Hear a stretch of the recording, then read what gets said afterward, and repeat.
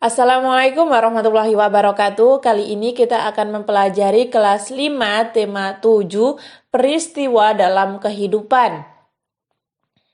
Subtema 1 peristiwa kebangsaan masa penjajahan dan pembelajaran 1. Nah, di sini ada beberapa peristiwa. Peristiwa itu apa sih, Kak? Nah, peristiwa itu kejadian atau hal, perkara. Nah, kurang lebih seperti itu ya. Nah, di sini ada beberapa peristiwa. Kita disuruh untuk memilih peristiwa yang menyenangkan dan sedih. Ketika menyenangkan, kita conteng atau centang. Ketika peristiwa sedih, kita X.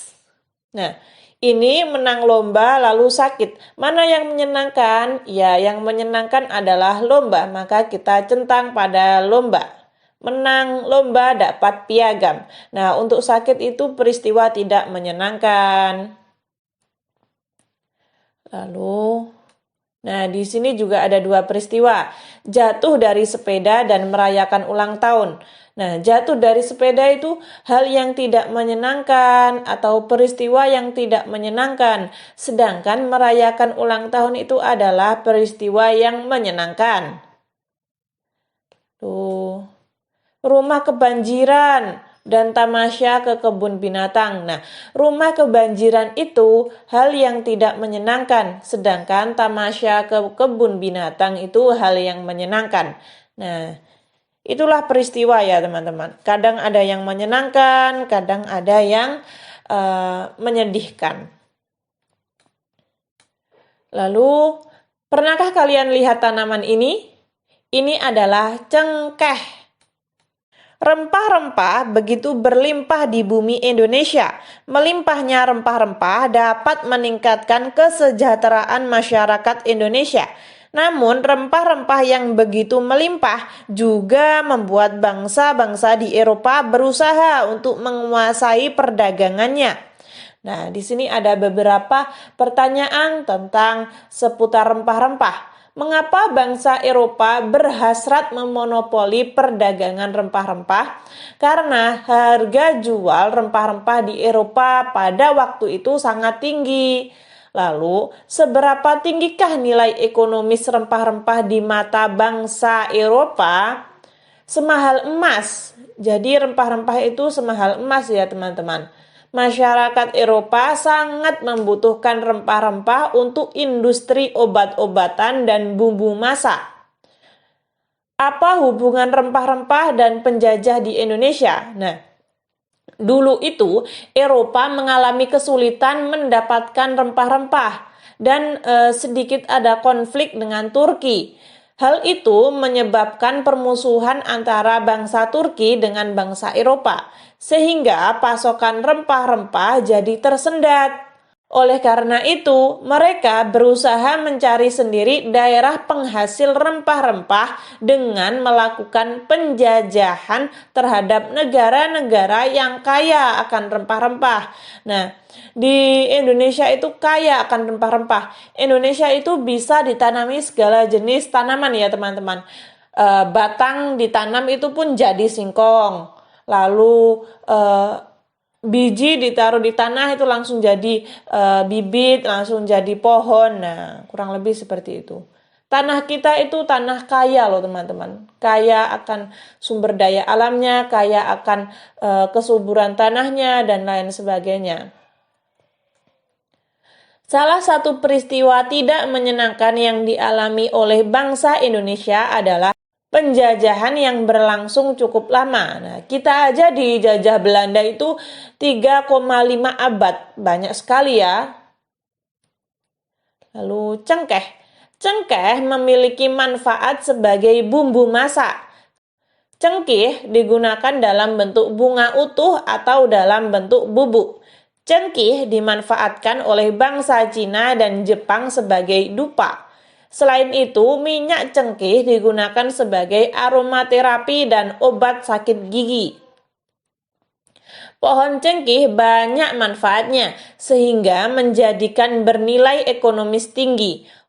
Oleh karena itu, cengkeh merupakan salah satu bahan rempah-rempah yang menjadi buruan bangsa-bangsa Eropa. Hal itu memicu terjadinya penjajahan di Indonesia. Nah, kalau di tempat saya itu menyebutnya cengkeh ya, pakai cengkeh. Peristiwa kedatangan bangsa Barat. Nah, mulai akhir abad 15, bangsa Eropa berusaha melakukan penjajahan samudra. Bangsa Eropa yang pernah melakukan penjajahan dan penjajahan di Indonesia dimulai oleh bangsa Portugis. Kapal mereka pertama kali mendarat di Malaka pada tahun 1511.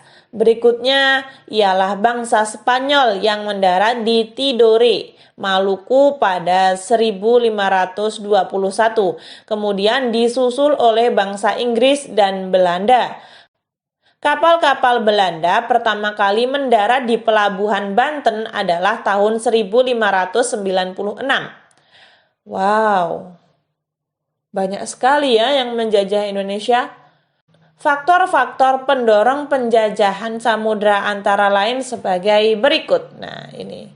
Apa saja sih faktor negara-negara tersebut menjajah Indonesia? Yang pertama, adanya keinginan mencari kekayaan. Nah, karena di Indonesia itu kaya ya, kaya akan sumber alamnya.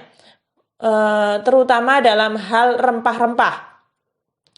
Lalu adanya keinginan menyebarkan agama, gospel, itu disebut gospel. Nah, lalu adanya keinginan mencari kejayaan. Yang D, perkembangan ilmu pengetahuan dan teknologi. Nah, kurang lebih seperti itu ya teman-teman. Kalian bisa membacanya lebih detail sendiri. Jika saya bacakan mungkin teman-teman akan jenuh karena cukup banyak bacaannya ya. Lalu pada halaman 6 itu ada diagram atau kolom seperti ini. Saya akan rubah tampilannya. Nah, seperti ini ya. Di sini ada beberapa pertanyaan. Siapa yang dimaksud dengan bangsa Barat? Yang dimaksud bangsa Barat adalah bangsa-bangsa Eropa. Apa faktor yang melatar belakangi bangsa Barat melakukan penjajahan di Indonesia? Nah, bangsa Barat rata-rata itu mencari atau mengincar rempah-rempah.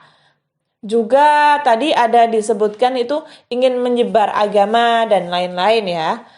Kapan bangsa Barat mulai melakukan penjajahan samudra? Mulai tahun 1551, diawali dengan negara Portugis, di mana bangsa Barat pertama kali mendarat di Indonesia. Nah, di Tidore dan Maluku, bangsa Barat pertama kali mendarat di Indonesia. Mengapa bangsa Barat melakukan penjajahan samudra? Karena mencari kekayaan, menyebarkan agama, mencari kejayaan, dan perkembangan ilmu pengetahuan dan teknologi. Lalu, bagaimana kondisi rakyat yang mengalami penjajahan? Pastinya menderita ya teman-teman. Lalu, ulasan teks. Nah, kita disuruh untuk mengisi beberapa pertanyaan ini. Diskusikan teks peristiwa kedatangan bangsa Barat dengan teman sebangkumu. Kemudian, buatlah ulasan mengenai bacaan tersebut seperti di bawah ini. Apa sih Kak itu ulasan? Ulasan itu seperti teks yang berisi pembahasan atau penilaian terhadap buku atau karya-karya lain. Nah, ini ulasan tentang bacaan ya. Saya akan rubah tampilannya. Nah, seperti ini. Judul teks. Judulnya tadi adalah peristiwa kedatangan bangsa Barat.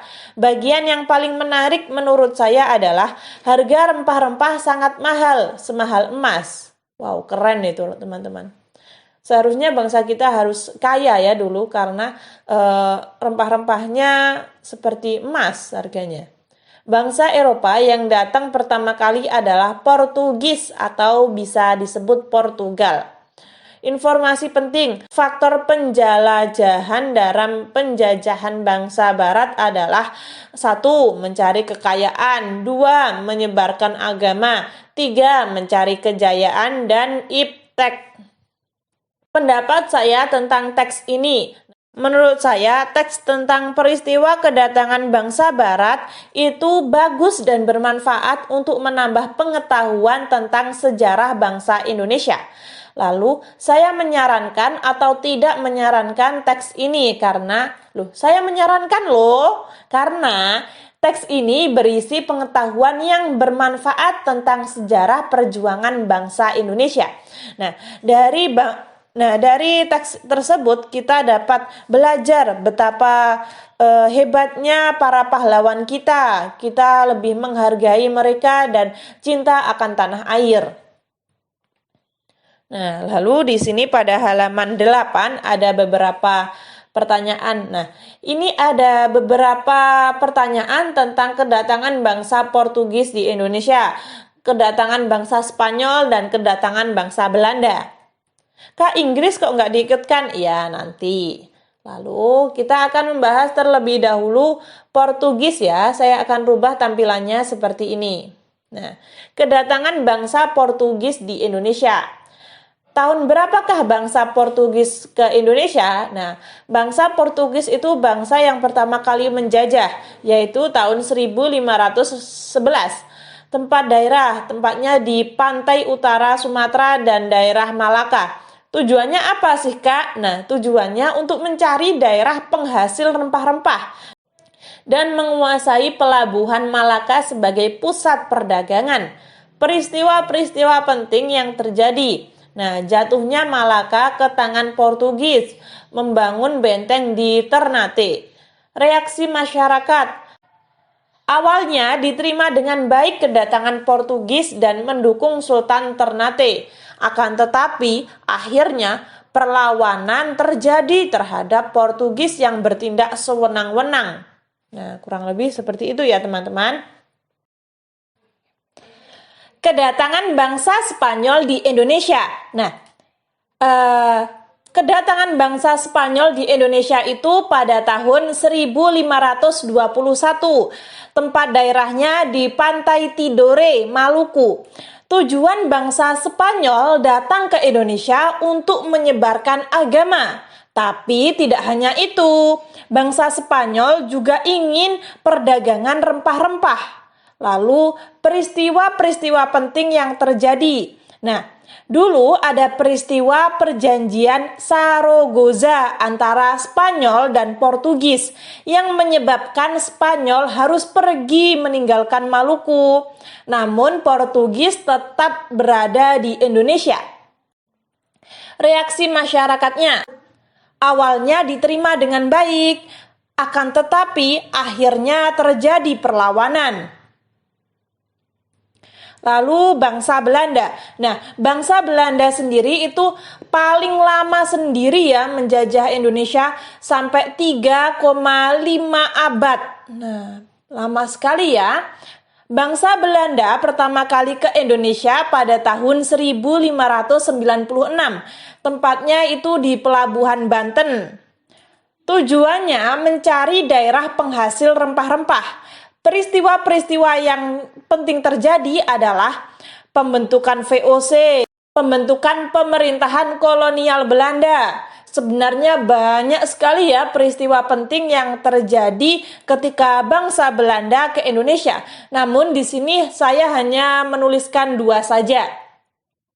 Reaksi masyarakatnya sama seperti kedatangan Spanyol tadi, awalnya diterima dengan baik, akan tetapi akhirnya terjadi perlawanan.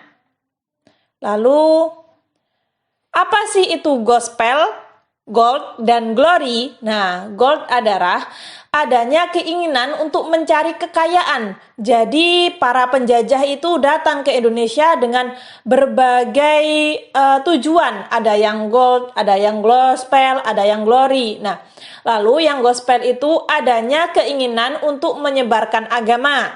Glory adanya keinginan untuk mencari kejayaan. Lalu tuliskan pendapatmu mengenai semboyan 3G tersebut. Kalau saya sendiri tidak setuju. Alasannya karena akibat semboyan 3G tersebut, rakyat Indonesia menjadi menderita.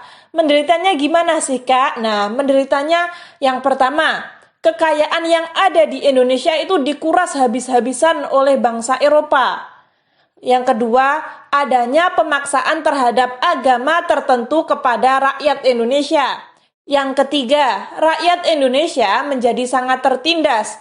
Bahkan waktu penjajahan itu ada kerja rodi, ada romusa, dan lain sebagainya. Waktu penjajahan itu masyarakat sangat tertindas, ya. Itu yang menyebabkan saya tidak setuju akan semboyan 3G.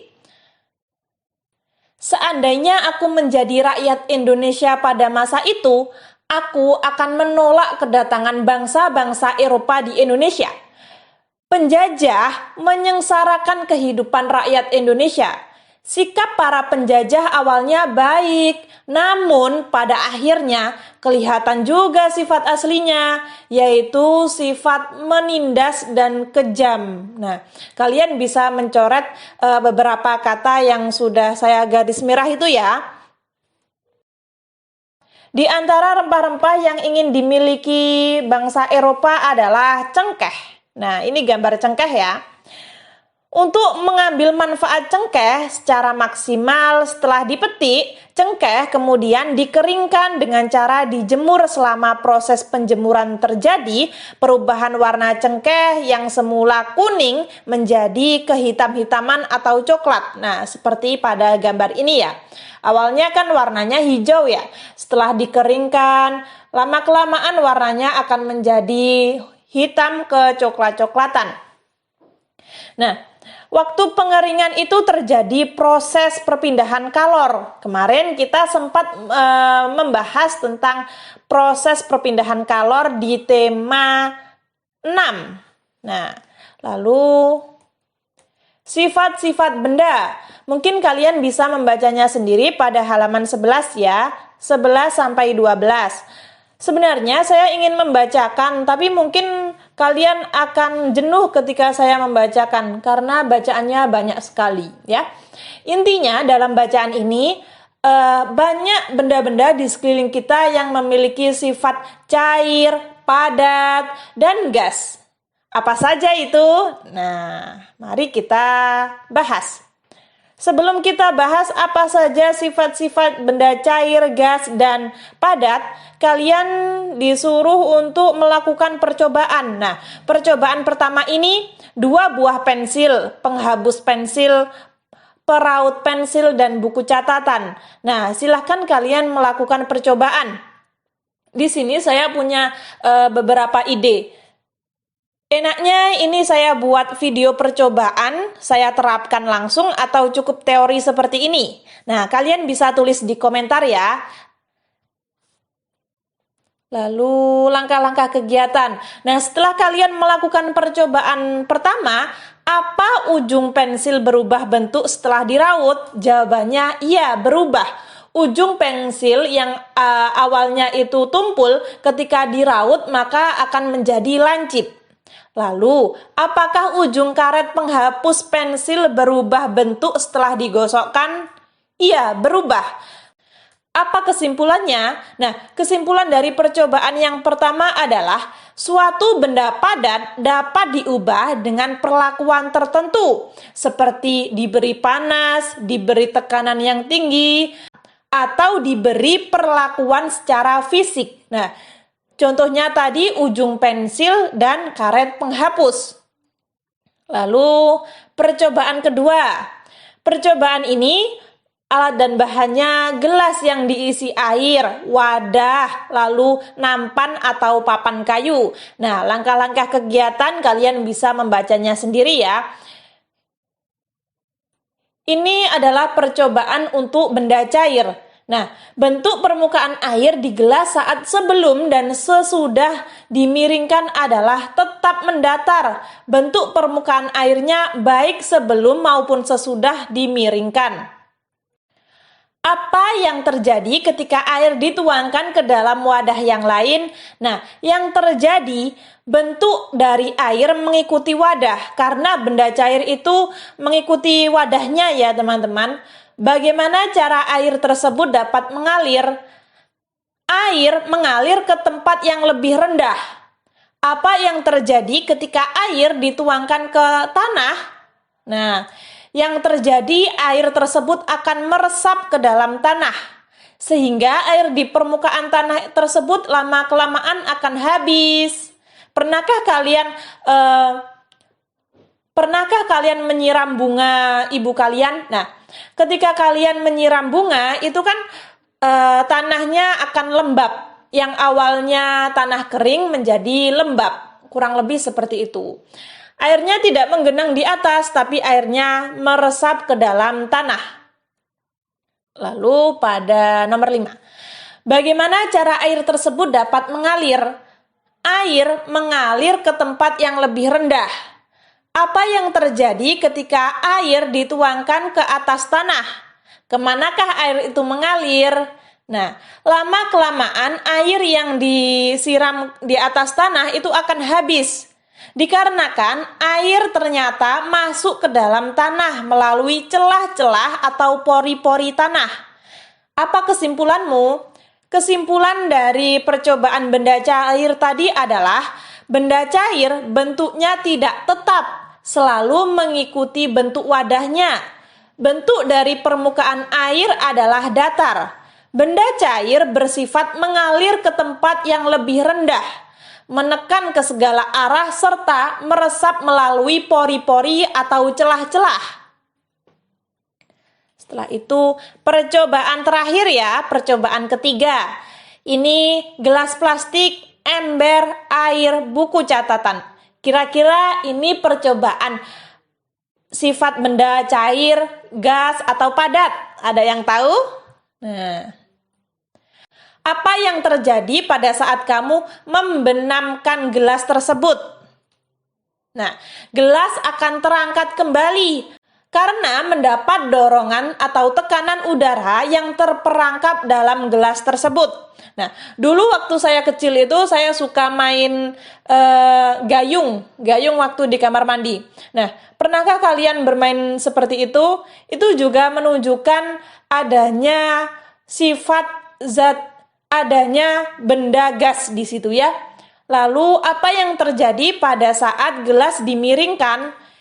Akan keluar gelembung udara karena dalam gelas berisi udara yang terperangkap. Nah, udara itu termasuk benda gas. Lalu, kesimpulan dari percobaan tadi adalah sifat benda gas adalah mengisi seluruh ruangan yang ditempatinya. Benda gas menekan ke segala arah. Nah, oksigen yang kita hirup saat ini itu juga termasuk benda gas. Berdasarkan percobaan di atas, buatlah sebuah laporan percobaan dengan menggunakan poster. Dalam poster, jelaskan perbedaan sifat ketiga wujud benda tersebut. Kalau bisa dilengkapi dengan gambarnya ya. Nah, ini ada gambar kayu. Kayu itu termasuk benda padat. Lalu ada air. Air itu termasuk benda cair. Lalu ada balon. Balon itu benda gas. Lalu bawahnya kalian kasih keterangan seperti ini. Setiap benda-benda tersebut mempunyai sifat yang berbeda-beda. Sifat benda padat itu tetap. Benda padat bisa dirubah bentuknya dengan perlakuan tertentu, seperti ditumbuk, dipotong, digosok. Pernahkah kalian lihat Pak Tukang? Nah, Pak Tukang itu kan pertamanya kayu biasa ya. Lalu dipahat, buat sedemikian rupa, jadilah kursi, jadilah meja. Nah, kurang lebih seperti itu. Lalu sifat benda cair adalah bentuknya tidak tetap, mengikuti bentuk wadahnya. Bentuk permukaan benda cair yang tenang selalu datar, selalu mengalir ke tempat yang lebih rendah, serta dapat meresap melalui celah-celah kecil. Misalnya celah-celah tanah itu ya. Lalu, adapun sifat dari benda gas, yaitu mengisi seluruh ruangan yang ditempati, serta selalu menekan ke segala arah. Contohnya balon. Kesimpulan, tadi kita sudah belajar apa saja teman-teman? Yang pertama, peristiwa kedatangan bangsa Eropa ke Indonesia. Yang kedua, sifat-sifat benda padat, gas, dan cair. Ketika teman-teman ada saran atau masih kurang paham, silahkan tulis di komentar. Sekian, terima kasih. Wassalamualaikum warahmatullahi wabarakatuh.